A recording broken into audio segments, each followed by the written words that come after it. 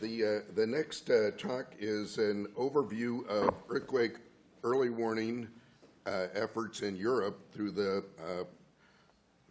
Prism of REAKT project by Clinton and Zolo, and the talk will be given by John Clinton. And let's see if I can. Do I need the speaker, or everyone can hear me fine? Okay. You can use the mic. Okay. I'll try with this, and I'll pick up the mic if it doesn't work. Okay. I'd like to thank the organizers for inviting me here to give this presentation about what's happening in Europe. This strange. Quickly, the mic. Is that on? Okay. The REAKT project allows me to do this because the REAKT project is an EU-funded project which has coordination, which has a number of countries contributing to early warning in Europe over the last couple of years, so it's easy to get an overview of what's happening in the various countries. I acknowledge also a number of co-authors who've contributed directly to content for the talk, but the REAKT community in general also has contributed. So I show here the activity in Europe in the various countries with the background of the recent seismic hazard map. There are two operational systems in Europe at the moment. There's one in Romania and there's one in the Greater Istanbul area focused on the Marmara Sea. These are operational insofar as alerts are sent to end users and end users take action. I state clearly at the start that there's no public early warning system in Europe at the moment, and there's no possibility of one happening in the immediate future. There's also an early warning system being built in Israel at the moment. A couple of years ago, the government provided funding to develop a system. It's still ongoing. They're developing the seismic network, and they're selecting the best algorithm for the system. But this system should provide early warning to all schools across the country. At the same time, a number of countries through the project of REAKT have begun implementing early warning in real time. There's Switzerland and Naples in Italy, who've had early warning for a number of years. They've been the major algorithm developers. But more recently, Iceland, North Italy, Slovenia, Austria region, as well as Greece, have begun implementing a real-time system and evaluating how early warning performs inside their network. Algorithm development is occurring at many of these countries, and I also highlight Germany and Spain, where there's also additional efforts. So looking at how, making a presentation about Europe, we always have to come back to our coordination of funding, which is always a challenge for us in Europe. Most of the funding comes from the EU for early warning. There have been two major projects over the last 8 years, which have given some money to the community. There's been a substantial influx of funds, but as of course in Europe, it's split over many institutions in many countries. And so even though many man-years have been funded, it's been difficult to get a real homogeneous effort going. This money is split over the entire realm of early warning, not just science, but also evaluation, implementation, and end-user contacts. I'd like to spend a few moments focusing on algorithm developments at some of the key institutions. I highlight the University of Naples, Aldo Zolo's group. He's been developing the Presto software over the last decade. Presto is now used widely across many parts of Europe and many parts of the world. He's in the last couple of years there have been major improvements to the method. There's been the concept of alert levels, and potential damage zones have been introduced, and his group is also doing active research in early warning, as Simona is going to present this afternoon. Coming to the ETH, where I work, we maintain and develop the Virtual Seismologist algorithm. This is a regional early warning system that's based on the method of George Akua and Tom Heaton, developed at Caltech at the early part of the last decade. VS is currently part of the Shake Alert system in California, which we'll hear about in the presentation in the last part of this session. We're also working actively on building faster early warning to minimize the blind zone. Menendra and Meyer will have a presentation on this, but basically we're trying to maximize the amount of information from single station methods using filter banks and then combining the single station into a network approach. So basically we're taking the concepts of VS and introducing an early warning approach as well, on-site approach as well. Finally, the GFZ at Potsdam have been working on SOSAWIN, which is a self-organized early warning network using small amplitude seismic arrays. They've recently combined this with a camera and the system is effectively built for early warning purposes, but more recently it's been focusing on structural health monitoring as well as task force missions following an earthquake. It's important to note that through the REACT project, we had to distribute our software for evaluation projects in various networks. So one of the things that both VS and Presto have done in the last few years is made early warning open and openly distributed with open source. In terms of VS, we've recently embedded our system into SeisCom3. Many of you may know this software. This is a professionally managed earthquake early warning software that's widely used. It's probably the most widely used software in seismic networks at the moment. So now this means that anyone who runs this software is able to evaluate a Virtual Seismologist. Presto is also available as a standalone software package. So Yannick will have a poster this afternoon, but this summarizes the basic, summarizing the VS efforts across the REACT community. But this summarizes the current performance of how VS is working across the European networks. We've been doing real-time testing in Switzerland, Turkey, Iceland, Greece, Romania, as well as also in New Zealand. Iceland are not included on this figure since they weren't able to provide us information thanks to their recent volcanic eruption. Everybody's too busy to focus on this. What this map shows is alert times for real-time performance over the last 6 months. You can see that in my network in Switzerland, I don't have a pointer, but I guess most of us know where Switzerland is. It's in the middle. We're getting alerts here on the order between 10 and 15 seconds across the entire country. At this stage, that's about as fast as we can do. This is a dense network. We've focused on making sure that communications are early warning ready, and that's how good the system can be. In Romania, which is to the east, and the Marmara Sea area, which is directly south of Romania, you can see that we also have slightly blue colors where alert times are on the order of between 25 and 35 seconds. So the system is basically performing, but it's not optimized. We see similar in certain parts of New Zealand, but you can see some worse performance in Greece, where the communications and the network density isn't as good in other parts of Europe, and here the early warning is not early warning at all. It's on the order of 45 to 50, 60 seconds. Presto is also running in real time at a number of networks, as well as in southern Italy. It's running in the northeast of Italy, in Austria and Slovenia. It's also running in South Korea. So I'd like to focus now on the operational systems we have in Europe. I'll start off with Istanbul, where we have the IEEWS, the Istanbul Earthquake Early Warning System. As I'm sure we're all aware, the megacity of Istanbul is under serious threat of a large magnitude 7.5 greater earthquake on the North Anatolian Fault, just south of the city. Actually, the closest distance is only about 30 kilometers.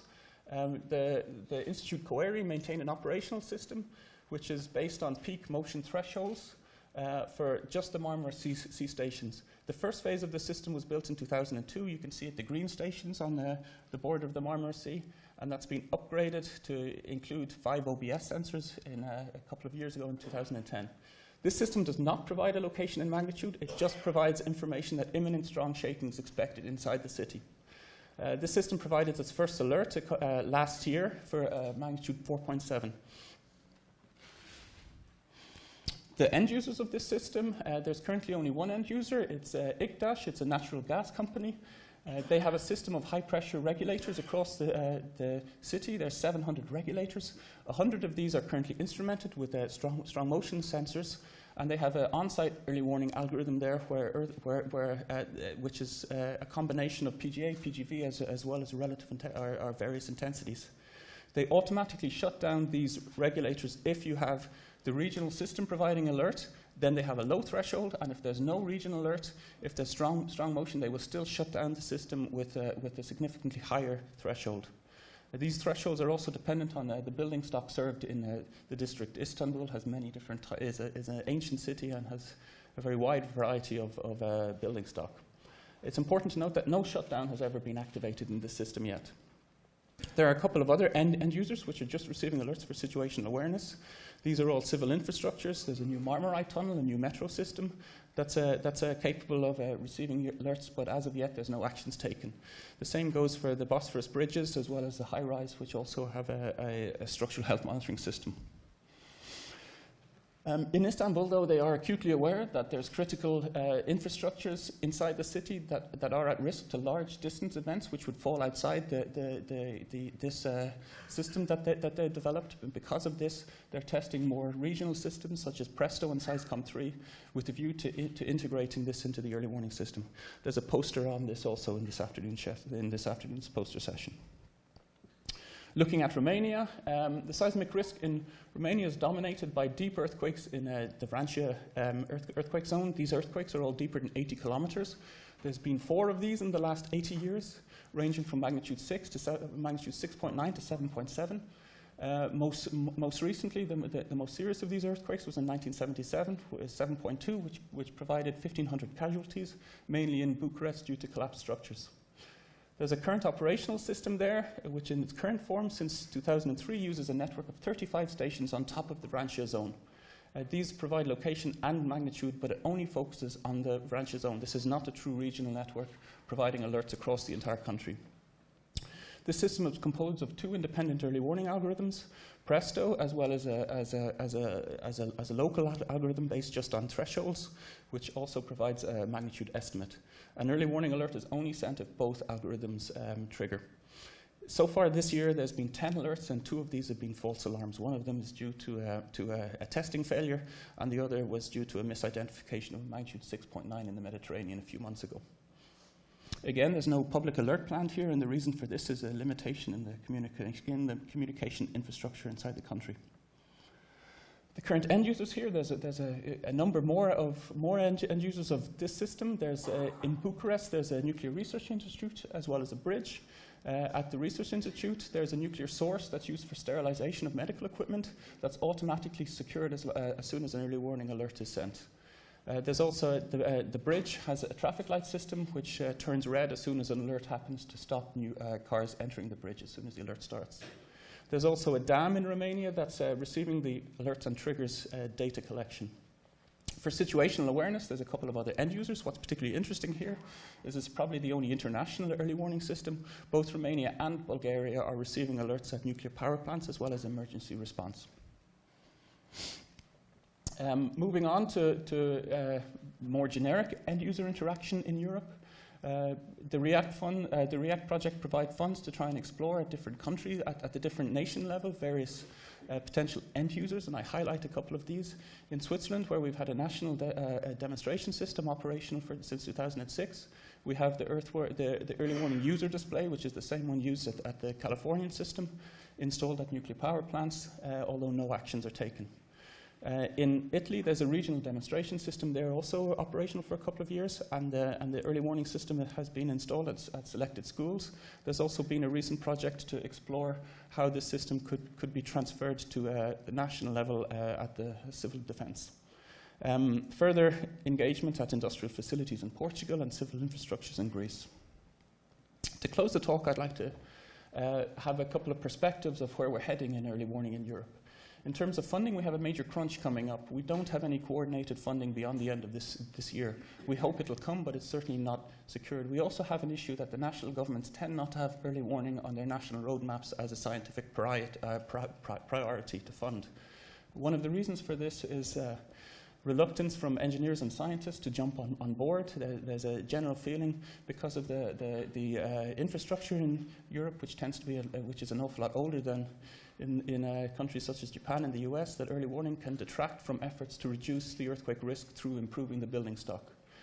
We've also another major issue is addressing the responsibility for alerts. For example, after the L'Aquila trial in Italy, it'll be extremely complicated to even imagine how a public system could be built and operated. We also have another major issue is demonstrating how early warning can actually run on European networks. A major investment would be required at most of the European networks to actually get them up to an earthquake-capable system. It's the same problem we hear in California a lot, but the problems are a bit more acute in Europe. We need to upgrade hardware, we need to improve the communications, we need to densify our seismic networks, we need to improve the reliability as well as the robustness. Another issue in Europe is we're full of small countries, and the earthquakes are on the borders often, and our networks are not sharing data in real time across the different networks and nations. In terms of end user contact, REACT is over. We've made a first contact, but we have no concrete plans to strengthen this. There's also been some skepticism of early warning among many of our end users. We need to demonstrate that we're more credible at providing alerts. We need to provide accurate statistics that are convincing, showing correct missed and false alerts. We do expect, though, that the situation will improve in the next years as operational systems in Romania and Turkey, as well as across the globe, prove to be successful and show the use of early warning. So finally, the next couple of years, it's nice to see that Europe is leading the way in terms of making early warning demonstration software available to seismic networks across the globe. We are developing an open source user display for end users to consume agnostic messages from any algorithm. We also hope to develop a testbed site where multiple algorithms can be tested and compared in real time in an area of high seismicity. On a cautionary note, though, to finish, it's important to note that most of the seismic hazards in our small European countries are dominated by 6.5 earthquakes and lower. The damage zones for these earthquakes are currently inside the blind zone of all of the algorithms that we're running in Europe. And the early warning community needs to be able to demonstrate that this blind zone can indeed be reduced to make early warning relevant. Thank you.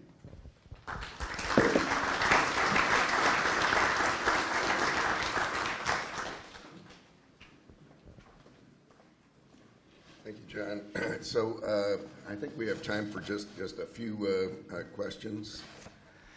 I want to make a comment. This resistance of the engineering community about the fact that early warning might detract from efforts to improve buildings. This comes up periodically, and I think it's somewhat false for a couple of reasons. First of all, the cost of retrofitting, nobody's claiming, of course, let's state that very clearly, nobody's claiming that we should have early warning and not retrofit buildings in this community. There's no question about that. The cost of retrofitting buildings compared to the cost of an earthquake early warning system are on very different scales. The Hearst Memorial Mining Building, which is right next to us, was retrofit by UC Berkeley a few years ago. It cost $80 million to retrofit that building. As we heard yesterday, the estimated cost of a West Coast earthquake early warning system is $120 million. So that was the Hearst Memorial Mining Building was a special case. More typical buildings on the UC Berkeley campus, to retrofit them typically costs between $10 and $20, $30 million. UC Berkeley has spent $2 billion retrofitting its campus over the course of the last decade. Again, the cost of an early warning system for the entire West Coast is $120 million. These are on completely different scales. Second point is that the idea that early warning would detract from this, I mean, one of the ways you would receive early warning is by having, your smartphone go off, maybe some kind of device in your house that would issue an alert. The analogy here is smoke detectors. Nobody argues that we shouldn't have smoke detectors in our houses because it's going to reduce our efforts to prevent the house burning down in the first place. So I think that these are arguments that should be pushed back against this concept. I fully agree. Do periodically pop up. Richard, thank you very much for clarifying that. My name is Charles Scawthorne. I'm a structural engineer. And I also really appreciate you clarifying that, because I think that drives a wedge between two partners in the earthquake loss reduction community, the seismological community and the engineers. And in truth, we are hand-in-hand partners. I would like to caution you, and I'd also like to ask about presenting that quote. Was that a quote? No. Then you are misleading people by putting that in quotes. So, okay, I think you've been duly cautioned. Okay, thank you. I don't mean to beat you to death there. The second point is, I have a question, which is that, and it was the same question I have almost for the previous speaker and anyone, which is, in this case in Europe, is there any work going into what the message should be when the warning goes out, into tailoring the message for different recipients at different places at different times? I recognize there's a lot of work to be done on the purely seismological aspect, but has any thought been given to that? And if so, in Europe, what activities are occurring? Thank you. In Europe, we tend to do it. In Europe, we're doing it on end-user versus end-user basis, since we're not going for the public system. So we haven't had to think about these important issues. So we're going to move on, but I have one comment. This is Charlie Scawthorne here, who's one of the experts on fire following earthquakes. And one of the issues that's important for us in early warning is to understand if we can use these systems to decrease ignitions of fires and earthquakes. And if that's the case, I think Charlie would be the first person to tell you it might be extraordinarily important if we can do that. But all the engineers are in favor of this. This is real. Yes.